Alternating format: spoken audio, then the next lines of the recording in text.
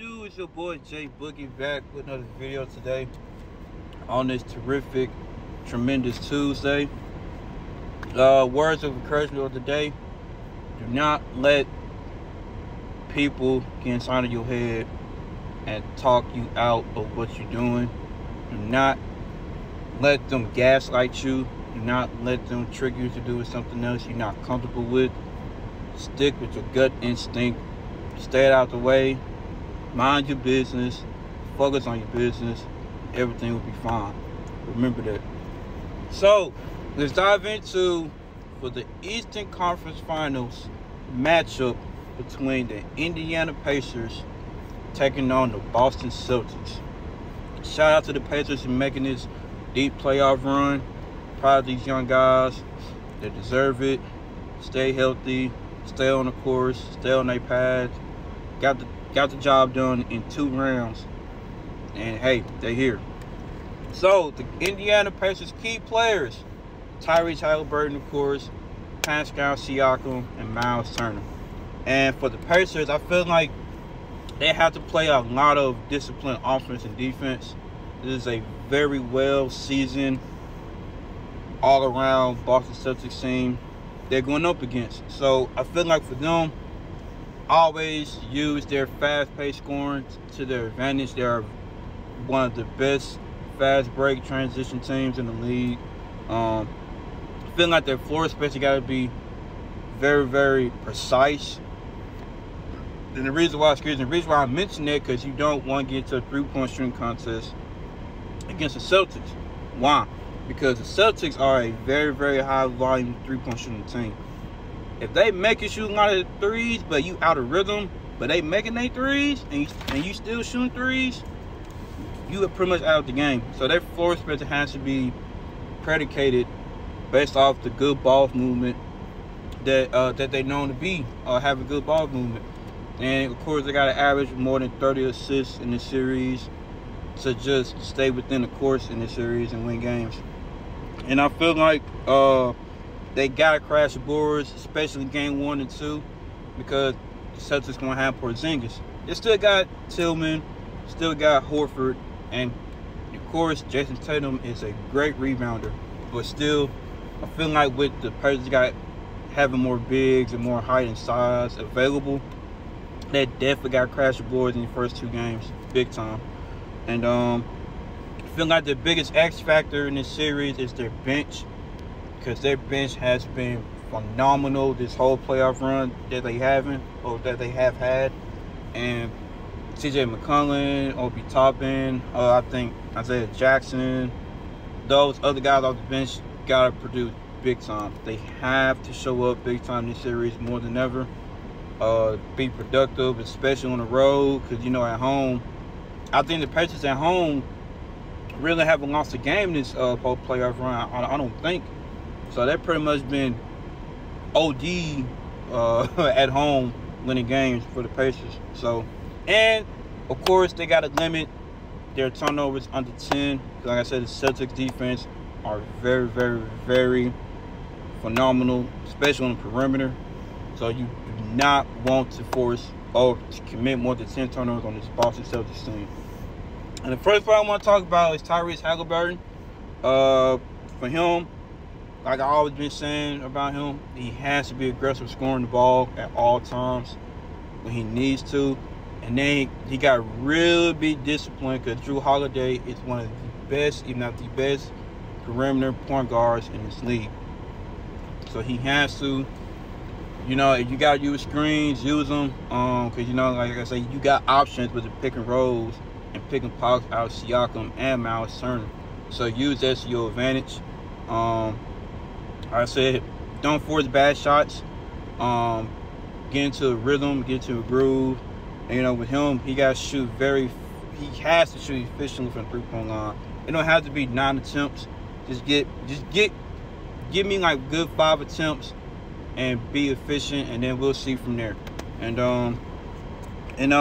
he definitely got to, of course, set the tone on offense with his playmaking.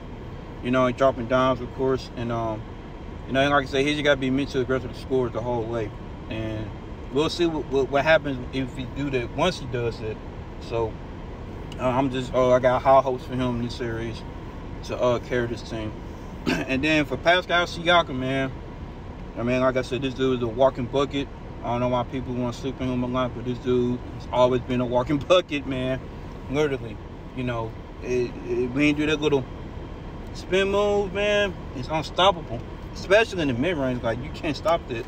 And for him, he got to stay consistent scoring, stay consistent being a dominant scorer, second option, first option. And then I think when I watch the film, he does a great job at immediately exploiting the mismatches in the post, posting them up, not trying to, you know, do all these settling jump shots. He's being aggressive, taking the mismatches, and attacking the rim. And then on the road, in these playoffs, he always been a dominant scorer. So these first 2 games, you know, he has to, you know, be efficient, be smart, be disciplined in his shot selections.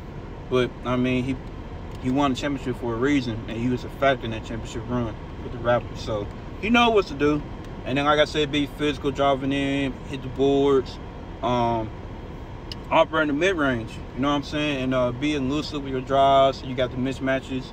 Take advantage of those as well off the drive.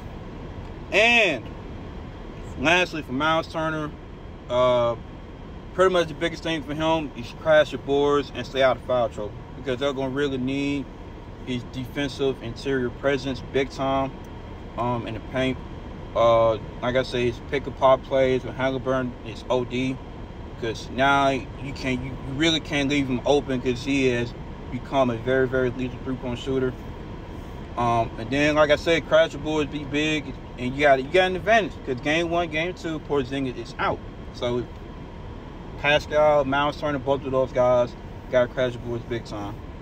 And then let's move on to the Boston Celtics. Key players, you know, Jason Tatum, Jaylen Brown, Drew Holiday, and Derek White. But I want to talk about mainly Jaylen Brown, Jason Tatum. But for the Celtics, use your interior and perimeter defense at an all-time high intensity on this Pacers offensive team. Force them to line turnovers, like more than 12 turnovers a game in this series. Out-rebound them, because the Celtics pretty much been the best rebounding team in the regular season. So they have to literally out-rebound these guys, especially the first 2 games. And then slow down their fast-paced scoring. And then for them, they love shooting threes, so they got to knock down these three-pointers at a high rate when it's necessary, because you got guys that can score on all 3 levels, pretty much your top 2 best players on the team. Limit turnovers, and please, if I'm the Celtics, do not take this team lightly. You see why they're in the conference finals for a reason. So do not take this team lightly. So the first guy I want to talk about is Jason Tatum. He's been a walking bucket against his team in the regular season. He has to lock in offensively, bro. He has to. I mean, he got to prove to himself, not to everybody, but prove to himself that he's an elite player. Prove to himself that why he was in the MVP conversation in the regular season. He has to lock in offensively, bro, because you got a lot of mismatches on this Pacers team that he can take advantage of. Be dominant on all scoring 3 levels, on 3-level scoring. Be aggressive driving in the paint, you know, be elusive with your dribbling moves and split cack. You know, he knows what to do. And, you know, like with him, he's very lethal off the dribble with 3-point shots. You know, he's a great rebounder. So he just pretty much, for him, he has to lock in, because when I watch the film against the Pacers, all the bigs can't keep up with him because he has that quick first step.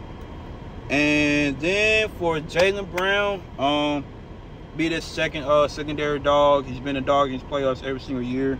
Shoot off the dribble in the mid-range at a high rate. And, you know, just be him. So, I got the Pacers in 6 or Indiana in 6. I got 2 predictions. I can't stick with one.